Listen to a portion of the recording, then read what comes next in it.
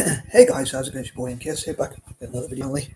Taking a bit of a break, but I've got to admit, before I started uploading today, I was wondering, I thought, sort of how things to say, and I kind of thought I fear like repeating myself because sometimes when I say like Tuesdays, my plans for Tuesdays, I sort of stick to it. That I thought I'd just go for it. It's something to do, and it's something hopefully which will inspire people to think of ideas to empower dyslexic and struggle black people for dyslexia awareness and struggle black history month. So I'm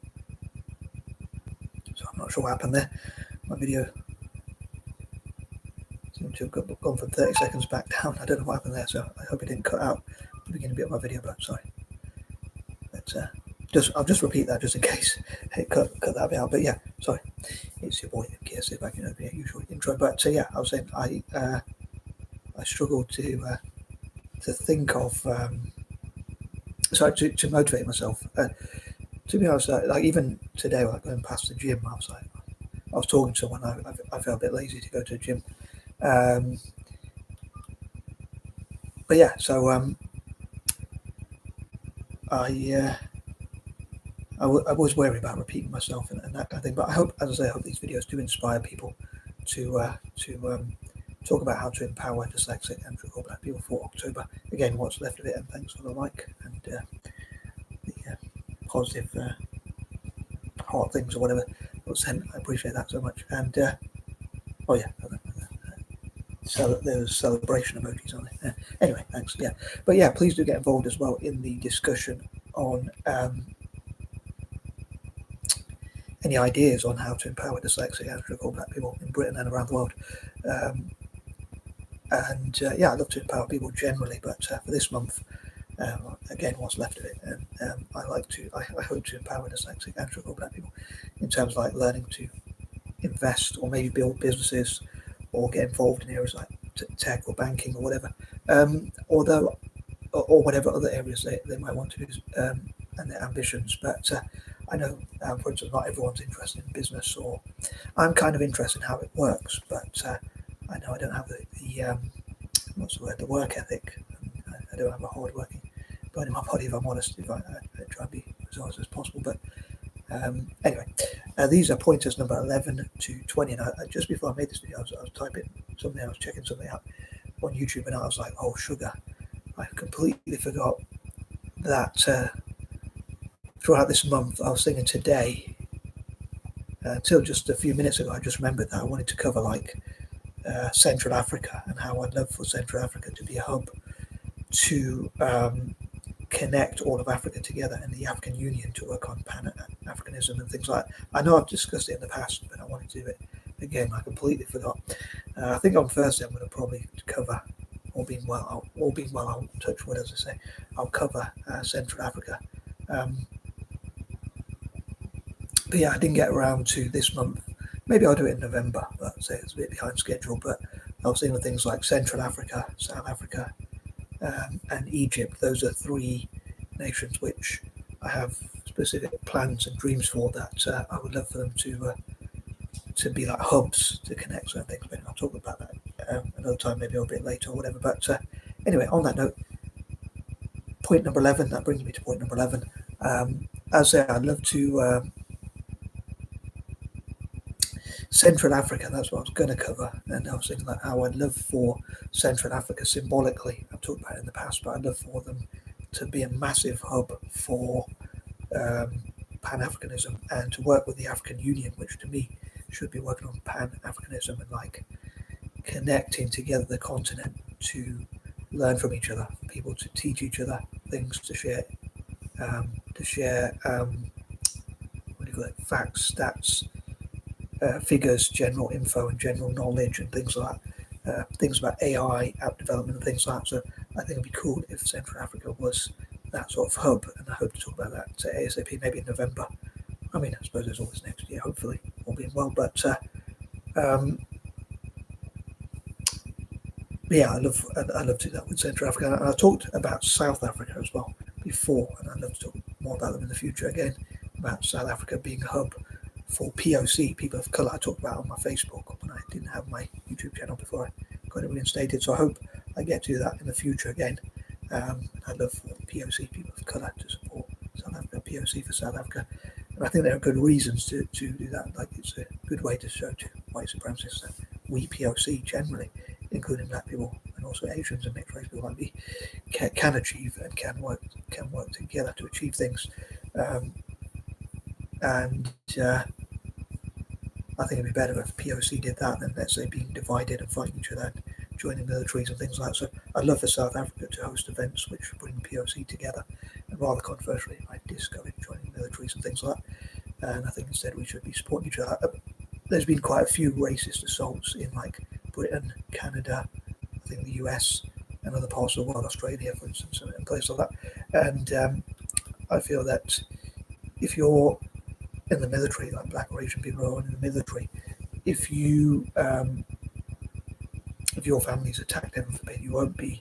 I mean, I suppose you could say you do the training if and when you come back. So assuming you come back in one piece, you'll be able to protect your family. But I think it'd be much better if we support each other instead. But controversial view. But yeah, also Egypt is another one. So those three nations, and Egypt, I think of Central Africa because it's like centre. So I think of the centre being sort of a place which could be pivotal to sort of connect the continent together.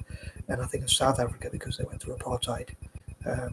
It could be to connect South Africa to Southern Africa together, but also POC, people of colour, as apartheid was used against black and other POC even.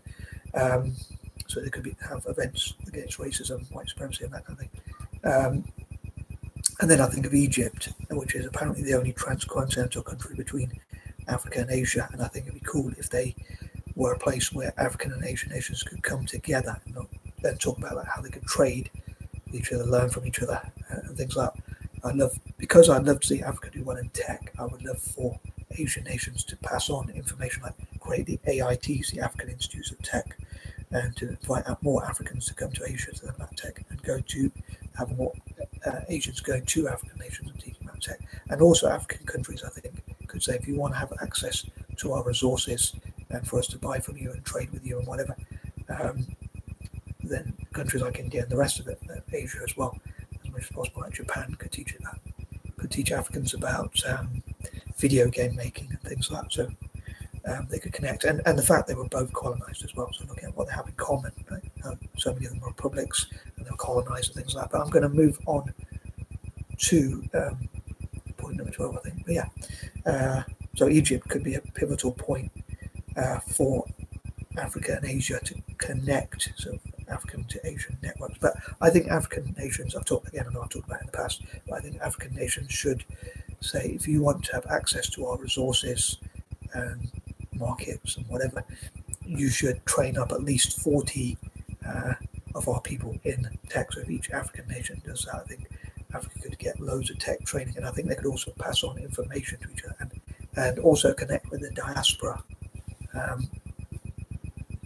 And also those who like allies like myself who want to support Africa as well. So all being well, they'll do a lot better and teach each other, and not jealously guard ideas and secrets, but share them instead.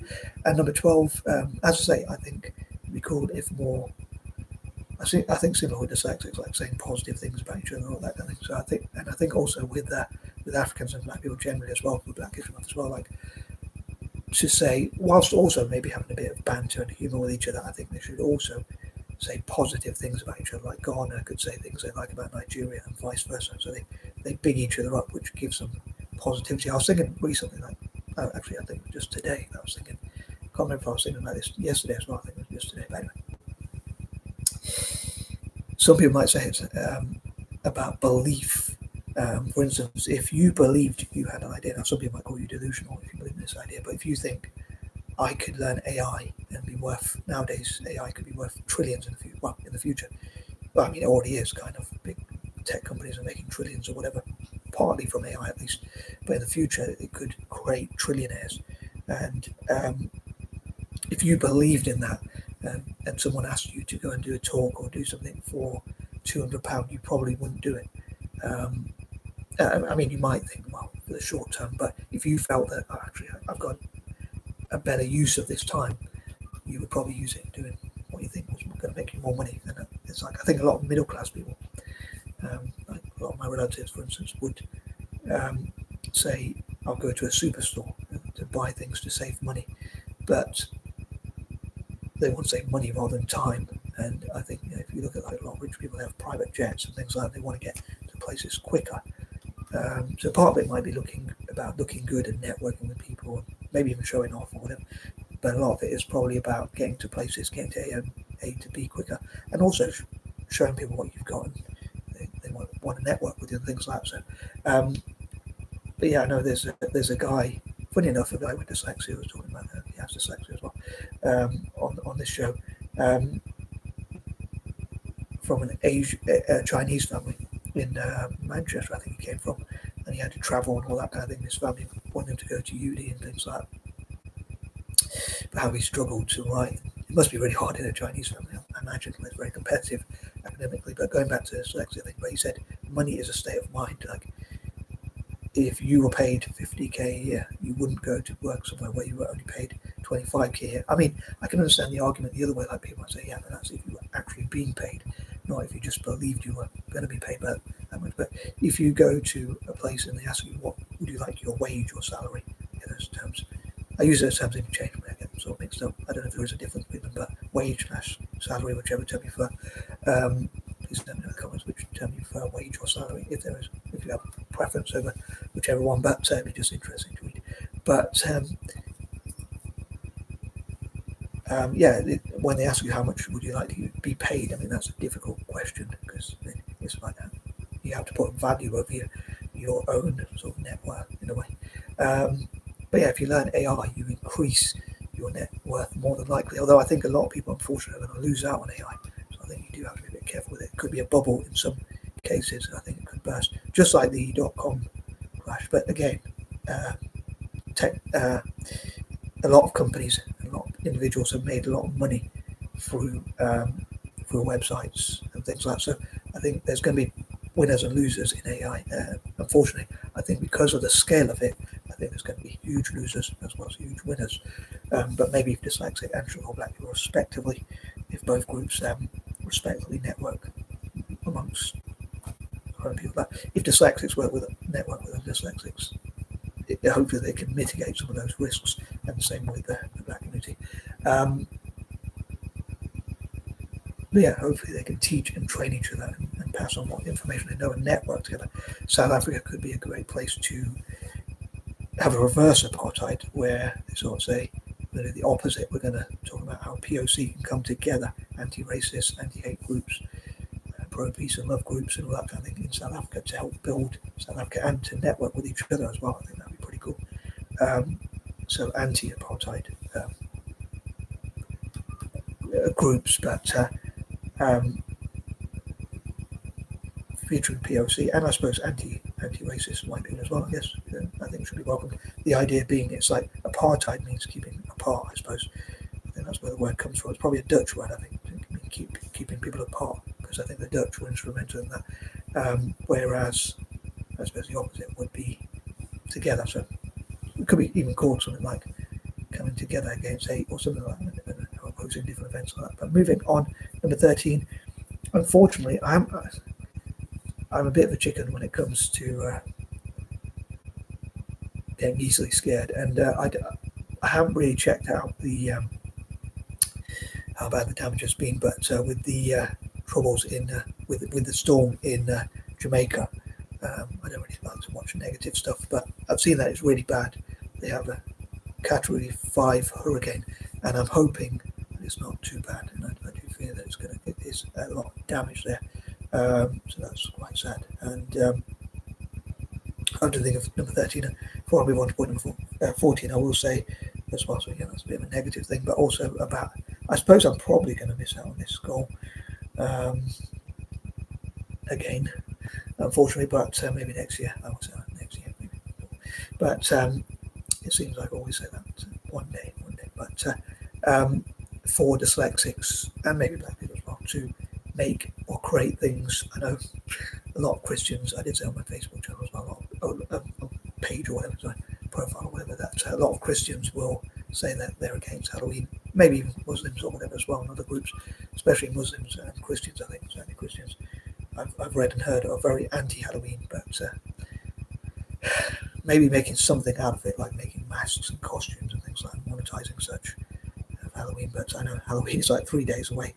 I don't have my channel yet, so profile back. So I don't know if I'm going to get it back, but it'd be interesting if I just got my channel so quick, like in the next day or two, and then, or even if it was on Halloween itself, then maybe I'd have to be patient. But and then people shared like masks, costumes, and things they made on my profile. But I'd love for people to share in the comments, like links of websites or YouTube channels where people have created scary, creepy, and macabre stuff for Halloween. But moving on, number 14. Again, I hope that Jamaica is not, and the Caribbean generally, is not too badly affected.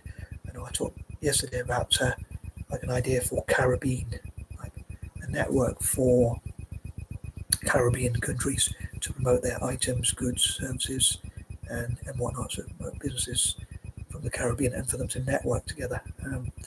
That'd be a great brand, but hopefully to promote the Caribbean and hopefully help their economies to recover or do better at least. Number 15, as I say, each individual, I'm sure, with dyslexia as well as the Black community, I'm sure will have different ambitions. Some will want to be really rich, and some will just be happy with not being that rich, and they have other goals. Some might be financial goals, some might be goals to be in a certain career, some might be about helping people, some might be a bit of both or all of those things or whatever. But yeah, I'd love to read from dyslexics like what their ambitions are, and I know I said that in part one, similar for the Black community again. But yeah, to find out different people's ambitions, especially dyslexic and sugar Black people, for October, once after it, to say, and I hope to do this every year, all being well, touch wood. I have maybe even like Facebook, YouTube, TikTok, and other social media sort of things where I can promote those ideas, and hopefully in the future network with other people as well. But yeah, I'd love to find out people's ambitions. Number 16, I'd love for people to get involved in the discussion and really discuss how to empower dyslexic and sugar Black people. What are the best fields or areas where dyslexic and sugar Black people can be empowered? Could having more dyslexic and sugar Black people in banking, business generally, and tech and whatever really be helpful? And just like I did with poetry, art, and writing, and I'm hoping to find out about Black writers tomorrow in December. I hope to do the same for dyslexics. I'd love to find out about research and raise the profile of 40 dyslexic and 40 Black entrepreneurs, business owners, and whatnot, and interview as many dyslexic and sugar Black people in different fields. Unfortunately, I didn't get around to doing so. I can't imagine myself doing so in the next few days, but it would be great if I could do so. But yeah, maybe ASAP again. But yeah, interviewing people from different backgrounds and that kind of thing. Number 17, I forgot saying point number 3 about could you imagine in the future if there were dyslexic and sugar Black trillionaires? I'm giving my use of alliterations. I talk about like dyslexic and sugar Black millionaires and even billionaires, like networks, like a dyslexic millionaires network, a Black millionaires network, a dyslexic billionaires network, and a Black billionaires network, and that kind of thing. What I call illionaires networks. But yeah, imagining if in the future there were dyslexic trillionaires and Black trillionaires, but with dyslexics, I said before, like I'd love for us to be philanthropists. So if we ever got that much money, I suppose, I think if you know you can make that much money, you can be proud of that and then feel even better helping others. But that's my personal opinion. You know, if I had 7 trillion, let's say 5 trillion. If I had 5 trillion, well, especially if I had 7 trillion, let's say, I was thinking that's the number that Sam Altman, whoever he is, apparently said. I think he's someone behind GPT or whatever, or OpenAI or whatever, something like that. Funny enough, a fellow dyslexic became a billionaire. He used to be the designer for Apple, and now he's found his own company. And his net worth has gone up to 5 billion or 7 billion or something like that. And Arnold Schwarzenegger recently said he's dyslexic as well, and his net worth is $1 billion or something. So good news for him. He could join the Dyslexic Billionaires Network. I'm sure he'd be thrilled. But I think they are finally made. But on a serious note, apparently Sam Altman said 7 trillion. We need 7 trillion to invest in AI. So I don't know if he said that as just like something that would be a sensational headline, or he actually believes that. But yeah, so if I had, let's say, 7 trillion or 10 trillion or whatever, it'd be hard to imagine. But if I did, I would donate. Like, I would keep what I need to live on, and I would donate like a fifth of that to Italian football, a fifth to Celtic, a fifth to libertarian parties, a fifth to former colonies like South Africa, Central Africa, Egypt, India, Malaysia, places like that, basically former colonies, and anti-imperial projects and things like that, and a fifth to helping the homeless and disabled people all over the world, so tackling poverty, alleviating suffering and all that kind of thing. But so yeah, I think it'd be interesting though. I think of 17 as imagination, so imagining even like a dyslexic trillionaires network. Maybe I'll talk about that in December. Similar for the black community, but maybe they could help their brothers and sisters in Africa. And again, I think it'd be cool if they talked about positive things about each other. So on that note, number 18, I think of like the point number 18, the number 18 generally as well, and that kind of thing as positive affirmations, as I mentioned recently. But I don't really know how to think of an affirmation, and I probably wouldn't be confident and positive enough. I think an affirmation is like when you affirm something, of course, like I am a good leader, I am good at tech, I am good at AI, I know I can learn AI, or whatever it might be. You affirm to yourself. But I suppose I'm not confident and positive enough to do that. So I say like positive thoughts, maybe positive affirmations / thoughts or whatever. So yeah, as I say, it'd be good, I think, if dyslexic people talk about what makes them proud to be dyslexic rather than the things they're ashamed of. And again, similar for Africans and black people generally, to talk about positive things where they can big each other up, lift each other up, and that kind of thing. And I think that would be pretty cool. And number 19, again, I'd love to see how to get more dyslexic and or black people, including, let's say, dyslexic people in Africa, for instance, at the Rare Gem School I support, in Kenya, more specifically, but all over Africa, really, to be, and I'd love to work with more special ed schools, dyslexic-friendly schools, and that kind of thing, in Nigeria, Cameroon, South Africa, Central Africa, and across Africa, around Africa, and raise awareness of dyslexia across Africa, and what strengths we have, which we can contribute to helping their economies to grow. And I think it'd be cool to see, I'll say, more Africans and black people generally, including those with dyslexia, of course, to be involved in AI. And maybe dyslexics from like the West could go and teach their fellow dyslexics. Those who know about tech, I'll do the same if I could, but I'm not really good at tech. So I love the irony, as I often say, of someone like me who's not really good at tech, raising that idea.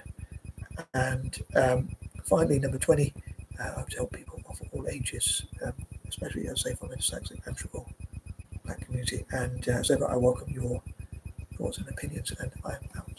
Peace and love.